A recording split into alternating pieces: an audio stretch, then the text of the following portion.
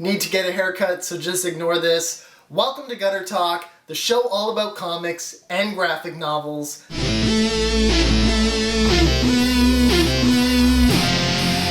I'm your host, Matt Mitchell. Before we get into the new comics released at the end of last year, it's 2023. What are your comic book related resolutions? For me, I want to get into reading the main ongoing Batman series. Some channels have been recommending it, Switch Comics, Lost in Comics. A lot of people were hyping up Batman number 130, and from what I hear, Batman 125 is a good jumping off point, so I'm going to start there and try to catch up to the main series as it's being released. Other than that, I just have a lot of reading to catch up on that I missed out because of just time away for the holidays. So let me know in the comments what your resolutions for 2023 are. And now on to the new comics released this past month. First up, we have Miles Morales' Spider-Man number 1. This is a new series with Miles, but like many number 1 issues, they build upon previous comics featuring that character. If you haven't read those, having watched Into the Spider-Verse or just knowing a little bit about Miles' background should help you understand the gist of it. There wasn't too much information, at least that I gathered. There might be stuff, if you have read those, that you pick up on more than the rest of us. But for the most part, this issue really dealt with mental health.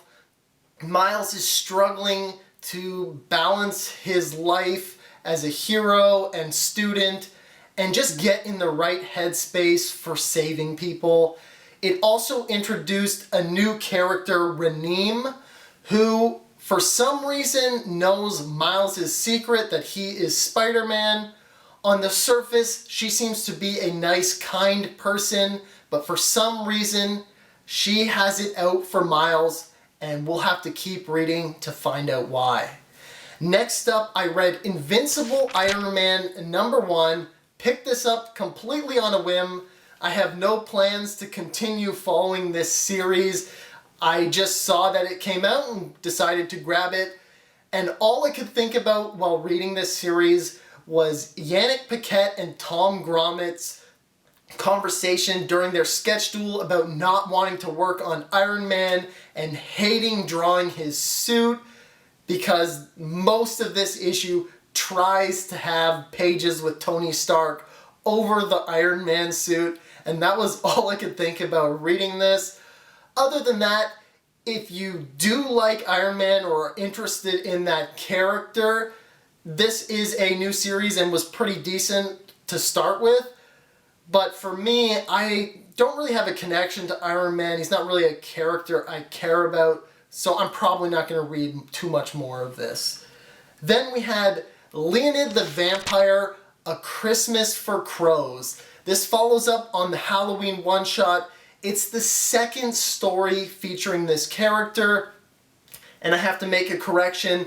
In that last episode, I was referring to them as a little boy. I thought that's who they were, but it's actually a little girl, so Leonide is a her. And while this doesn't directly continue, it is a follow-up to that issue. We see that Leonide is still being followed by the priest, and he stops her from preying on a new group of villagers who come across her coffin. And then things move over to Leonide's home, where some ghosts bring the spirit of Christmas to her. The crows that were cursed in the last issue visit her as well, and the priest exchange kindnesses with Leonide in the spirit of Christmas. It all seems to wrap up quite nicely, while still leaving some things open to make us think that this story might continue. There might be more one-shots with this character. I don't see anything on the schedule, but it's a pretty unique gothic story, has a cool look, so I wouldn't mind if more issues came out. Then we had Golden Rage number 5. This is the series finale. We see who gets on the boat that they discovered in the last issue and everything that happens following that. It ends up really just being about women coming together, which is great from a moral of the story perspective, but from a, I want to see these tea drinking, machete wielding grannies as they're described go back to the mainland and see the system get its comeuppance. It was a bit of a shame that that didn't happen, but maybe there is more to this story and we'll see more from these characters, because I really want to see them just, kick some butt together. That'll be awesome. Then over on DC, I read DC vs. Vampyrs All Out War number 6. This series is coming to a close, as is the rest of the series, I think.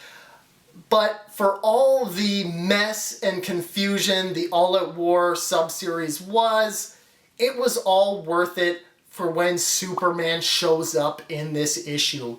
It was admittedly really cool. I really liked that part. But it was even better when the characters in this story continue directly into DC vs. Vampyrs number 12. Seeing them in color and everything, it just makes the story so much easier to understand. We see the final confrontation with Dick Grayson, and I'm definitely expecting to see some of his costume cosplays in the future. That sexy gothic vampire look with the trench coat and belts across his chest and things.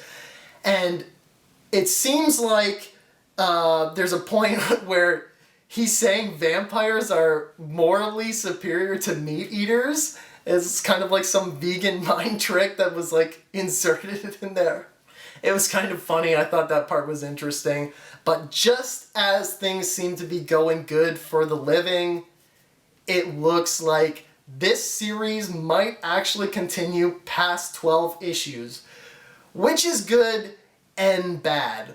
On one hand, this is a ridiculous series that I have a lot of fun reading, but on the other hand, I wanted to read this series because it is supposed to be a contained mini-series of 12 issues. They added the 6 series All Out War, or 6 issues of All Out War, and some other single issue spin-offs, but the more they drag this on, I can only buy and read so many comics in a month, so the more issues they keep putting out of this to drag this story on, the more other series I might be missing out on. And last but not least, how can we not talk about the Batman Spawn crossover event? This one-shot really delves into their characters, showing the parallels between their stories, as well as highlighting how different they are. We get to see battles between the two of them. They're each trading blows with each other, and then they realize that Spawn may have been tricked and deceived a little bit, so then they're cooperating together to rid the evils in this story. There is a little bit of fan service with things like wishing them both a happy anniversary. It's kind of like a wink wink to us, but it still worked in the story and I didn't think it was too bad. And I really liked how they involved the Court of Owls. That was a really interesting Batman story I enjoyed a couple years back. So if you enjoy the Court of Owls and that whole secret society thing, this is a good one-shot story to read that involves some of that, and it has really amazing artwork as well. That's all for the comics I read this month and for 2022. Don't forget to leave your resolutions in the comments, and I'll see you around comic shops in 2023.